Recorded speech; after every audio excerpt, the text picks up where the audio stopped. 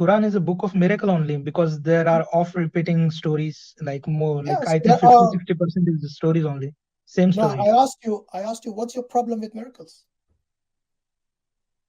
What is wrong with Every miracles? religion then would Do be you think true, it's na? Like, impossible for miracles to happen if there is a creator?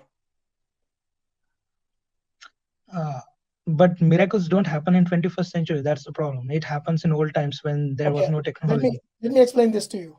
Do you Yeah. have consciousness? Yes. Can you show me that with empirical evidence? No. Why? Is that a miracle?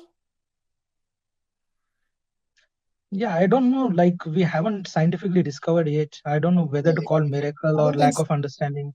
If you don't have empirical evidence for the most fundamental thing in you, your consciousness, the fact that Hmm. you're asking us these questions, the fact that you can Yeah. think logically, rationally, yes, it shows Hmm. that Right. that is a miracle, isn't it?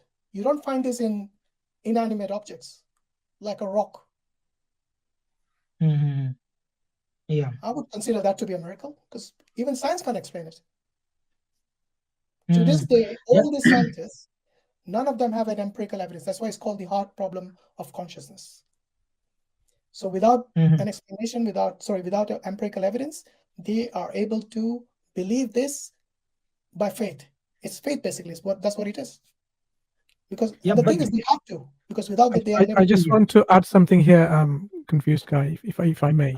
It looks like Yeah. some of the things you read the Quran and you had some kind of preconceived, some criteria of what makes sense to you, what's not. Take the example of Solomon speaking to the ants. Yeah, Solomon is speaking to the ants. You Hmm. think, how is it possible? I mean, I have a phone that speaks. I mean, think if you went there 1,000 years ago and spoke to someone that there's a piece of like a brick or something that speaks, you will be exactly in the same position there like you are now. You would saying, how can it speak? It cannot speak. It doesn't make any sense. Now we know the ants have communication systems, and there are sounds that you can hear as well within them.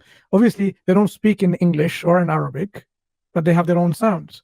If Allah gave the ability to his prophet and messenger to understand the speech of other creation, why would that be even unreasonable, illogical, or irrational? That makes perfect sense that these are communication systems methods that you and I may not have the technology to decipher, technology to understand. I mean, if you don't know how to, make acoustic sounds from a piece of metal or plastic, of course you would have any clue on how this piece can actually speak or even record pictures and moving images.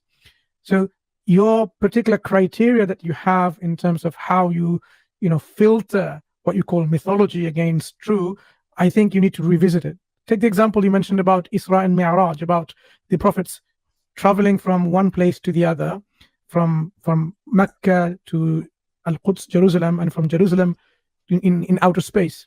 Now, today we understand and appreciate how time is so relative, and we can, depending on how fast we travel, we can travel fast, depending if you're on a Concorde or if you're on just like a cart run by a horse.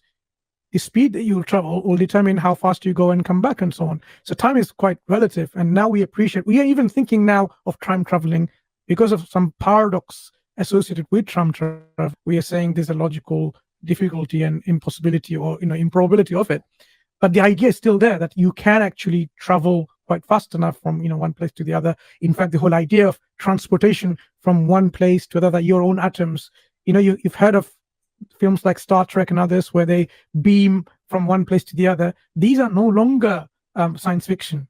People are actually writing up and investigating how we can actually transfer one particular electron from one place to the other without moving it. It's just transformation. Science is coming to that step yet. Because you have some kind of paradigms, you're saying these are mythology. If you look at the Quranic examples, all of these things, science would not say these are irrational. These are tools that we may not have at our disposal yet to understand how things are, or the laws that operates within a natural world, we haven't discovered them.